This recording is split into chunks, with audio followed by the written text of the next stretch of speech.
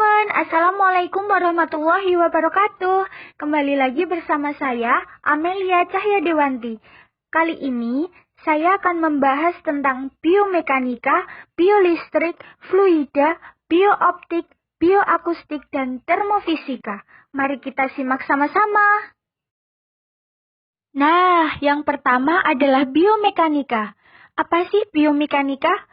Biomekanika adalah dasar dalam mempelajari gerak benda. Biomekanika sangat berkaitan erat dengan gaya, gerak, dan usaha. Aspek yang terkait di dalamnya meliputi gravitasi, pusat massa, kesetimbangan, statis dan dinamis, analisis gaya, kecepatan dan percepatan. Semua aspek tersebut saling terkait dan dapat diaplikasikan untuk membantu mencari solusi terkait dengan praktik keperawatan di dunia kesehatan. Di dalam biomekanika terdapat 3 hukum dasar. Ada hukum Newton pertama, hukum Newton kedua, dan hukum Newton ketiga. Hukum Newton pertama berisi tentang benda mempunyai sifat mempertahankan keadaannya. Setiap benda yang dalam keadaan diam mempunyai kecenderungan untuk tetap diam. Sedangkan bila benda sedang bergerak, maka benda itu cenderung untuk terus bergerak. Hukum Newton kedua berisi tentang bila ada gaya yang bekerja pada suatu benda, maka benda tersebut akan mengalami suatu percepatan yang arahnya sama dengan arah gaya. Sedangkan hukum Newton ketiga berisi tentang apabila sebuah benda mengerjakan gaya pada benda lain atau disebut aksi, maka benda yang kedua ini akan mengerjakan gaya pada benda pertama sama besar dan berlawanan arah dengan gaya pada benda pertama atau disebut reaksi. Selanjutnya ada 5 aspek biomekanika. Yang pertama, gravitasi dan pusat massa. Yang kedua, kesetimbangan. Ketiga, gaya gesek. Keempat, kecepatan dan percepatan. Dan yang terakhir, statis dan dinamis. Materi kedua adalah biolistrik. Biolistrik adalah energi yang dimiliki setiap manusia yang bersumber dari ATP, di mana ATP ini dihasilkan oleh salah satu energi yang bernama mitokondria melalui proses respirasi sel. Biolistrik juga merupakan fenomena sel. Sel-sel mampu menghasilkan potensial listrik yang merupakan lapisan tipis muatan positif pada permukaan luar dan lapisan tipis muatan negatif pada permukaan dalam bidang batas atau membran. Kelistrikan yang dimaksud adalah segala sesuatu yang berkaitan dengan muatan-muatan, ion-ion yang terdapat dalam tubuh, dan medan listrik yang dihasilkan oleh ion-ion dan muatan-muatan tersebut, serta tegangan yang dihasilkan. Di slide ini adalah penjelasan lebih lengkap tentang biolistrik. Bisa dipahami dan dibaca ya teman-teman. Selanjutnya, ada 7 kelistrikan dan kemagnetan yang timbul pada tubuh manusia. Yang pertama, sistem syaraf dan neuron. Kedua, konsentrasi ion di dalam dan di luar sel. Ketiga, kelistrikan saraf. Keempat, perambatan potensial aksi. Kelima, kelistrikan pada sinapsis. 6, kelistrikan otot jantung. Dan yang ketujuh, elektroda. Materi ketiga ini ada fluida. Fluida didefinisikan sebagai zat yang dapat mengalir, yaitu zat cair dan zat gas. Zat cair meliputi air, darah, asam, H2SO4, air laut, dan sebagainya. Secara umum dibedakan menjadi 2 bagian, yaitu fluida statik dan fluida dinamik. Fluida atau zat yang dapat mengalir meliputi zat cair dan zat gas. Contoh zat cair meliputi air, darah, asam sulfat atau H2SO4, air laut, dan sebagainya. Sedangkan zat gas meliputi udara, oksigen, nitrogen, CO2, dan sebagainya. Ilmu yang mempelajari fluida yang tak bergerak disebut hidrostatika. Tekanan didefinisikan sebagai gaya persatuan luas atau P sama dengan F dibagi A. Di dalam aspek kesehatan yang terkait dengan hal ini adalah cairan, peredaran darah, dan pernafasan. Kegunaan di bidang kesehatan meliputi pengukuran aliran cairan tubuh, permeabilitas membran, peredaran darah, tekanan darah, fungsi paru, dan pernafasan.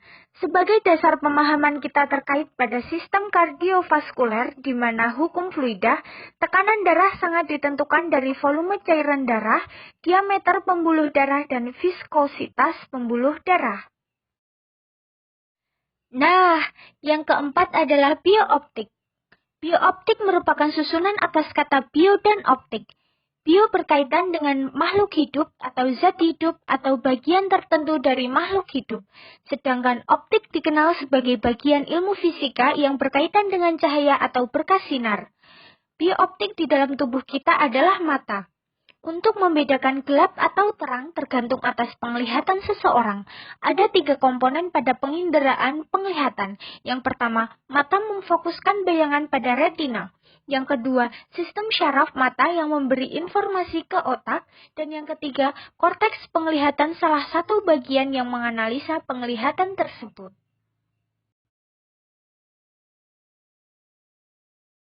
Nah, selanjutnya ada bagian-bagian pada mata dan fungsi-fungsinya.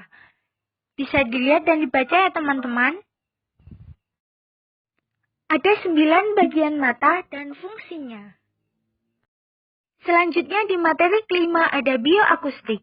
Bioakustik sangat penting dalam memahami fungsi pendengaran manusia, bagaimana mengatasi gangguan pendengaran, serta alat bantu yang bekerja berdasarkan frekuensi suara atau bunyi. Di dalam bioakustik terdapat 2 bagian. Yang pertama, gelombang bunyi. Gelombang adalah suatu fenomena perambatan gangguan atau energi. Gelombang adalah gangguan sifat fisik suatu medium yang merambat menurut tempat dan waktu, di mana medium tidak bergerak. Berdasarkan arah rambatnya, gelombang dibedakan menjadi 2. Yang pertama, gelombang longitudinal, dan yang kedua, gelombang transversal. Berdasarkan mekanismenya, gelombang dibagi menjadi 4. Yang pertama, gelombang mekanis, kedua, gelombang elastik, ketiga, gelombang permukaan, keempat, gelombang elektromagnetik. Pembahasan mengenai bioakustik erat kaitannya dengan bunyi. Bunyi merupakan salah satu fenomena dari gelombang mekanik. Bunyi adalah sejenis gelombang yang berasal dari sumber getaran mekanik yang dapat menjalar pada medium padat, cair, atau gas. Frekuensi dan intensitas bunyi. Gelombang bunyi atau suara dibagi atas 3 daerah. Yang pertama, infrasonik, memiliki frekuensi di atas 20 Hz. Yang kedua, audiosonik, suara yang dapat didengar oleh manusia normal, memiliki frekuensi antara 20 Hz sampai 20 kHz. Dan yang ketiga ada ultrasonik, frekuensi di atas 20 kHz. Gelombang ultrasonik merupakan gelombang bunyi yang dipancarkan oleh kelelawar sebagai radar. Intensitas gelombang besarnya energi yang dibawa gelombang persatuan waktu persatuan luas. Yang kedua ada efek Doppler. Salah satu fenomena unik dalam akustika adalah efek Doppler. Frekuensi yang diterima pendengar lebih besar daripada frekuensi sumber jika pendengar dan sumber saling mendekat. Demikian juga sebaliknya, akan lebih kecil jika pendengar dan sumber saling menjauh. Efek Doppler ini dapat digunakan untuk menghitung kecepatan sebuah objek yang bergerak dengan mengukur pergeseran frekuensi antara frekuensi yang dipancarkan dengan frekuensi hasil pemantulan pada objek yang akan diukur. Materi yang terakhir adalah termofisika. Termofisika adalah ilmu pengetahuan yang mempelajari dan menjelaskan sikap zat di bawah pengaruh kalor dan perubahan-perubahan yang menyertainya. Termodinamika dalam bahasa Yunani termos atau yang berarti panas dan dinamik yang berarti perubahan adalah fisika energi, panas, kerja, entropi, dan kespontanan proses. Hukum kedua termodinamika mengatakan bahwa aliran kalor memiliki arah. Dengan kata lain, tidak semua proses di alam adalah reversibel atau arahnya dapat dibalik. Hukum kedua termodinamika menyatakan bahwa kalor mengalir secara spontan dari benda bersuhu tinggi ke benda bersuhu rendah dan tidak pernah mengalir secara spontan dalam arah kebalikannya.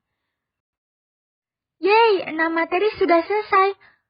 Terima kasih perhatiannya untuk semuanya. Dan apabila ada kata-kata yang kurang berkenan, saya mohon maaf yang sebesar-besarnya. Wassalamualaikum warahmatullahi wabarakatuh. Dadah.